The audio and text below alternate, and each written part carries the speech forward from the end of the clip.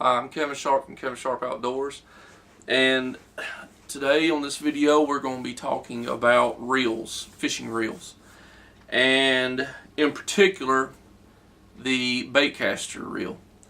And as soon as I say that, there's a lot of people out there that's going to cringe. They're going to be like, man, we don't even want to mess with no Baitcaster. And I know exactly what you mean. They can be a very big challenge to learn. They're not like your spinning reel or your spin cast reels out there, you know, where it's just easy to throw and you just, you know, knock it out of the ballpark, you know, the very first try. A Baitcaster is one of those things that it takes time and practice to use. A Baitcaster is one of those that as you go through your angling career, you work your way up to it. And some people say, you know, hey, I'm game for it. And some people say, nah, I'll just stick with what I've got. Just remember, it's whatever's comfortable to you. But if you do choose to buy a Baitcaster and give it a whirl, there's some very important things you need to know. Like I said, number one, you're not going to pick this thing up and just be throwing it like a pro right out the gate. It don't work that way. The very first tip I'll give you about your Baitcaster is this. While you're learning, use monofilament line. Don't use braided line. And I'll tell you why. If you throw this reel with braided line and it backlashes on you, it is going to take you at least 2 or 3 hours of cutting with a pair of fingernail clippers or a knife, and it's going to be aggravating. I learned it the hard way. That's what I did the very first time I had it. Use monofilament. That's one big tip I can give you. Well, the next thing, as you can see, here's our Baitcaster. You need to set this up. Like I said, this is not like a spin cast or spinning reel where you can literally pick it up out of the box, set the drag on it, and go fishing. With this one, you got to set it up. Right here by the reel handle, up underneath it, is a little knob. It's the spool tensioner. And what it's used for, your spool here where your line is at. When you first get it, it's not going to be set. It's just going to be set basically at 0 at the lowest setting. What you want to do is you want to put the lure or the weight of the lure that you're going to use on it. Whenever you're first starting off, just a sinker or a lure without any hooks on it will be fine. Take that, after you got it tied on, mash your button here and watch your lure. If it goes down really, really fast and it hits and it overspools line, you need to put some tension on your spool. So you just turn and adjust your spool tensioner and get it to where that lure will just barely creep down and there ain't no line running off of your spool. So it should be a real gradual letdown.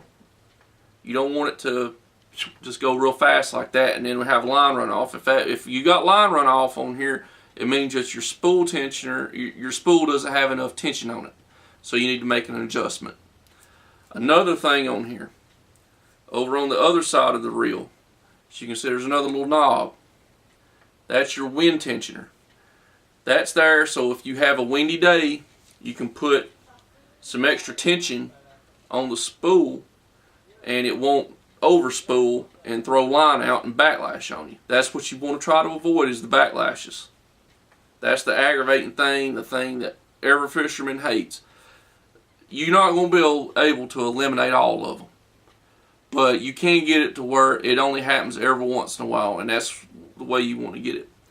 I typically leave my wind tensioner on about 1 or 2 anyways, if there's wind or not, just to help with keeping the backlashes down. Once you get your reel set up and you got everything the way you want it, and it's not spooling the line off whenever you let the lure hit the floor and you're ready to go outside and throw it, the next mistake that a lot of people make, they want to rear this reel back and just throw it a country mile. and you don't have to. You don't need to. All you need to do is just, when you first starting to learn with this, is just toss it.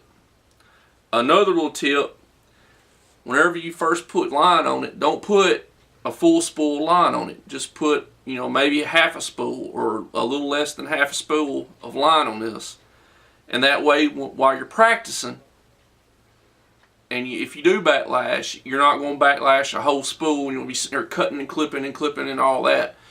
Just have about half a spool, and it won't, you won't have to be spending half a day cutting. The next thing, when you got to, like I said, most people want to rear it back and throw it as hard as they can. Don't do that. On the video I made to go along with this, I'm demonstrating it to you. Just take you a garbage can or a bucket or something and put it about 20 yards away from you and just toss it. All you gotta do is just toss it. You ain't gotta rear back and throw it hard. Let the reel do the work.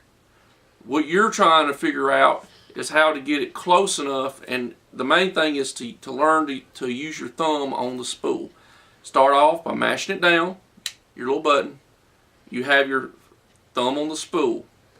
When you toss, that's when you let go of it, and then right as the lure is about to hit your target, you just put your thumb back on it.